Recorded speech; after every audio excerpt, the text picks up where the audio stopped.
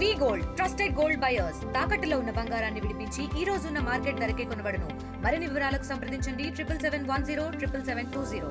పశ్చిమ మధ్య బంగాళాఖాతంలో మోంతా తుఫాను అయితే ఏర్పడింది. ఈ నేపథ్యంలో విస్తారంగా వర్షాలు అయితే కురుస్తున్నాయి. మొత్తం రాష్ట్రం అంతా దీని ఎఫెక్ట్ అయితే ఉంది. అయితే ఈవేళ రాత్రి రేపు అయితే ఇది విస్తారంగా దీని ప్రభావం అయితే చూపనుంది. ఈ నేపథ్యంలో అసలు రానున్న రోజుల్లో ఏ విధంగా ఉండబోతుంది, అసలు ప్రస్తుత పరిస్థితి ఏంటి అని చెప్పి విశాఖ వాతావరణ కేంద్రం ప్రత్యేక అధికారి జగన్నాథ్ కుమార్ గారు మనతో పాటు ఉన్నారు. సార్ నమస్తే సార్. సార్ ఎలా ఉంది మోంతా తుఫాను ఏంటి? మోంతా తుఫాను నిన్న అర్ధరాత్రి నైరుతి ఆగ్నేయ బంగాళాఖాతంలో ఏర్పడింది. ఇప్పుడు నైరుతి బంగాళాఖాతం, దానికి ఆనుకుని ఉన్న పశ్చిమ మధ్య బంగాళాఖాతం, చుట్టుప్రక్కల ఉన్న ఆగ్నేయ బంగాళాఖాత పరిసర ప్రాంతాల్లో మోంతా తుఫానుగానే కొనసాగుతుంది. రాబోయే కొన్ని గంటల్లో ఉత్తర వాయువ్య దిశలో పయనించి పశ్చిమ మధ్య బంగాళాఖాతానికి చేరుకున్న తర్వాత అది రేపు ఉదయానికి తీవ్ర తుఫానుగా పరిణామం చెంది రేపు సాయంత్రం మధ్యరాత్రి మధ్యలో కాకినాడ పరిసర ప్రాంతాల్లో తీవ్ర తుఫానుగా తీరాన్ని తాకే అవకాశం ఉంది. తీరాన్ని తాకే సమయంలో గాలులు బలమైన గాలులు 90 నుంచి 100 కిలోమీటర్ల వేగంతో, గరిష్టంగా 110 కిలోమీటర్ల వేగంతో వీచే అవకాశం ఉన్నాయి.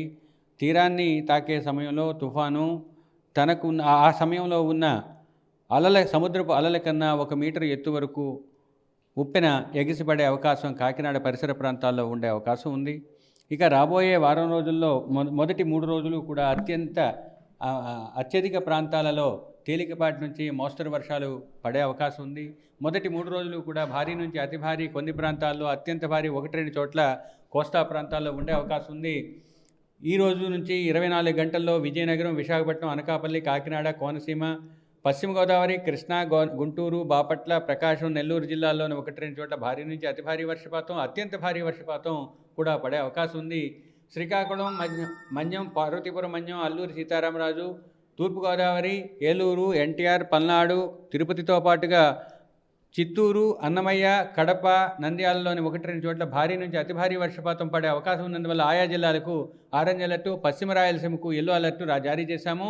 రేపు అత్యంత ముఖ్యంగా క్షేత్రీయ విస్తృతి అధికంగా ఉండి వర్షపాతం యొక్క విస్తృతితో పాటుగా తీవ్రత కూడా ఎక్కువగా ఉండే అవకాశం ఉన్నందువల్ల శ్రీకాకుళం నుంచి ప్రకాశం వరకు ఉన్న అన్ని తూర్పు పశ్చిమ జిల్లాల్లో అన్ని చోట్ల రెడ్ అలర్ట్ ఇచ్చాము. అంటే ఆయా ప్రాంతాల్లో, కొన్ని ప్రాంతాల్లో భారీ నుంచి అతి భారీ వర్షపాతాలు, 1-2 చోట్ల అత్యంత భారీ వర్షపాతాలు పడే అవకాశం ఉంది. ఇక 5 జిల్లాలు ముఖ్యంగా నెల్లూరు, తిరుపతి, అన్నమయ్య, వైఎస్ఆర్ కడప, నంద్యాలలోని 1-2 చోట్ల భారీ నుంచి అతి భారీ పడే అవకాశం ఉన్నందువల్ల వాటికి ఆరెంజ్ అలర్ట్ ఇచ్చాము. పశ్చిమ రాయలసీమతో పాటుగా చిత్తూరులోని 1-2 చోట్ల భారీ వర్షపాతం వచ్చే అవకాశం ఉన్నందువల్ల వాటికి ఎల్లో అలర్ట్ ఇచ్చాము. ఇక 3వ రోజైన 29వ తేదీన ఉత్తర కోస్తా జిల్లాలైన శ్రీకాకుళం, విజయనగరం, పార్వతీపురంతో పాటుగా పశ్చిమ గోదావరి, ఏలూరు, కృష్ణా, ఎన్టీఆర్, గుంటూరు జిల్లాల్లోని 1-2 చోట్ల భారీ నుంచి అతి భారీ, కొన్ని చోట్ల అత్యంత భారీ 1-2 చోట్ల పడే అవకాశం ఉన్నందువల్ల ఆయా జిల్లాలకు రెడ్ అలర్ట్ ఇచ్చాము.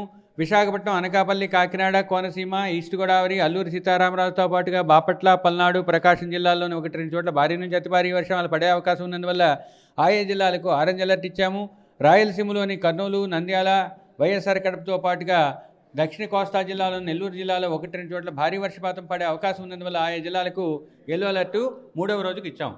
ఇంకా ఎక్స్ట్రీమ్లీ హెవీ రెయిన్ఫాల్ అని చెప్పారు కదా, ఈ రెడ్ కలర్లో ఉన్నది అసలు వర్షపాతం ఎంత నమోదవుతుంది? 20 సెంటీమీటర్ల కన్నా ఎక్కువ ఉన్నట్లయితే అత్యంత భారీ వర్షపాతం, 12 నుంచి 20 వరకు ఉన్నట్టయితే భారీ నుంచి అతి భారీ, 7 నుంచి 11 వరకు ఉన్నట్టయితే అది భారీ వర్షపాతం కింద గుర్తించాలి. ఇక ఈ 3 రోజులతో పాటు కోస్తా తీరం వెంబడి తీరమావల ఈరోజు 45 నుంచి 55, గరిష్టంగా 65 కిలోమీటర్ల వేగంతోనూ, రేపు ఉదయానికి 60 నుంచి 70, గరిష్టంగా 80, రేపు సాయంత్రానికి 90 నుంచి 100, గరిష్టంగా 110 కిలోమీటర్ల వేగంతోనూ ఈదురుగాలు వీచే అవకాశం ఉంది. 3వ రోజు అంటే 29వ తేదీకి వచ్చేసరికి 60 నుంచి 70, 80కి ఉంటూ సాయంత్రానికి ఇంకా తగ్గి గాలులు ఉండే అవకాశం ఉంది. 4వ రోజు, 5వ రోజు కూడా 35 నుంచి 45, గరిష్టంగా 55 కిలోమీటర్ల వేగంతో ఎదురుగాలు వీచే అవకాశం ఉన్నందువల్ల 5 రోజులు కూడా మత్స్యకారులు వేటకు వెళ్ళవద్దని హెచ్చరికలు జారీ చేశాము. ఇక 5 రోజులు కూడా ఉరుములు, మెరుపులు కొనసాగే అవకాశం ఉంది. కోస్తా తీరం వెంబడి ఉన్న ఓడరేవులన్నింటిలో కూడా ఈరోజు 3వ నంబర్ ప్రమాద హెచ్చరికని ఎగురవేయడం జరిగింది. ఇక 3వ నంబర్ ప్రమాద హెచ్చరిక ఎగురవేయడం జరిగింది. తదుపరి కొన్ని గంటల్లో తీవ్రత పెరిగిన తర్వాత తీరానికి దగ్గరలో తుఫాను వచ్చిన సమయంలో హెచ్చరికల యొక్క నంబర్ మారుతుంది. కాబట్టి తదనుగుణంగా పోర్ట్ వార్నింగ్స్ మారుస్తాము. ప్రస్తుతానికి కోస్తా తీరంలో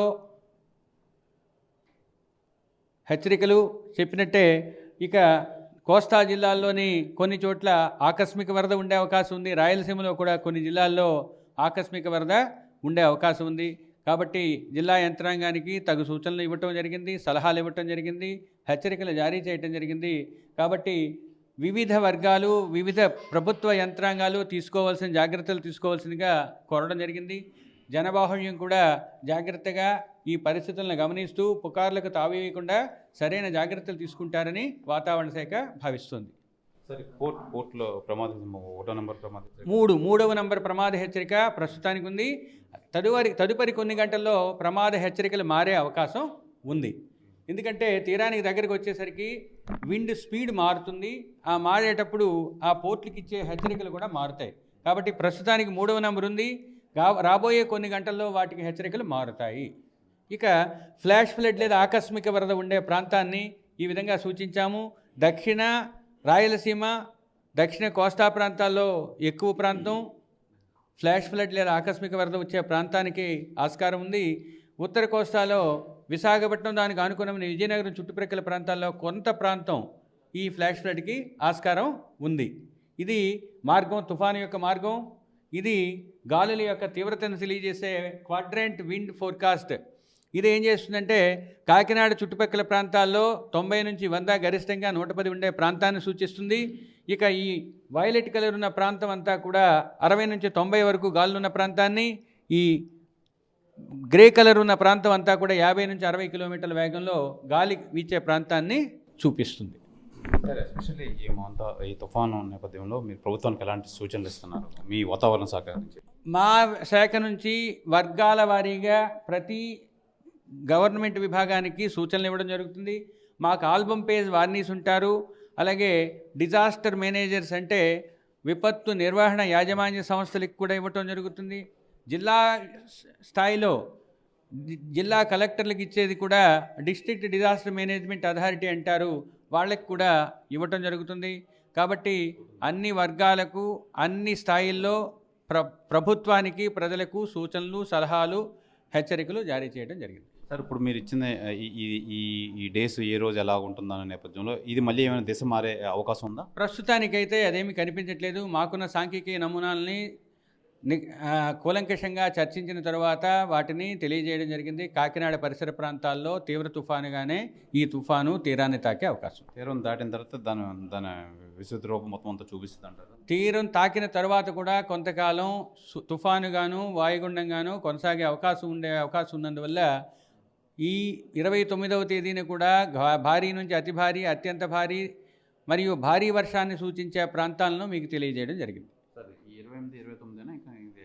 29 వరకే, 29 వరకు అంటే 29 అంటే 30వ తేదీ ఉదయం వరకు అంతే.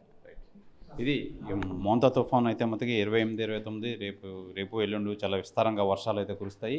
చెప్పిన జిల్లాల్లో అయితే మటుకి 20 సెంటీమీటర్ల వర్షపాతం అయితే నమోదవుతుంది. అలాగే ఈ విండ్ స్పీడ్ అయితే మటుకి 90 నుంచి 110 వరకు విండ్ స్పీడ్ వచ్చే అవకాశం అయితే ఉంది. అయితే ఈ నేపథ్యంలో మొత్తం అంతా అలర్ట్గా ఉండాలి. ప్రభుత్వానికి కూడా సూచనలు అయితే చేశాము. ప్రతి ఒక్కరు అలర్ట్గా ఉండి దీని మీద తగు జాగ్రత్తలు తీసుకోవాలని చెప్పి విశాఖ వాతావరణం అధికారి జగన్నాథ్ కుమార్ అయితే తెలియజేస్తున్నారు. ఇది ఈ ప్రస్తుతానికి ఉన్న వెదర్ అప్డేట్. కెమెరామెన్ కృష్ణతో శివరాం కృష్ణ, RTV, విశాఖ వాతావరణ కేంద్రం వద్ద నుంచి. తెలుగులో ఫాస్టెస్ట్ న్యూస్ ఇప్పుడు కొత్త అవతారంలో 5 సెకండ్లోనే పూర్తి వార్తా సమాచారం మీ చేతిలో. సోషల్ మీడియా ట్రెండ్స్ మీ కళ్ళ ముందుకే live TV and voice search ఆప్షన్స్తో ఇప్పుడే డౌన్లోడ్ చేయండి. యాప్ లింక్ డిస్క్రిప్షన్లో ఉంది.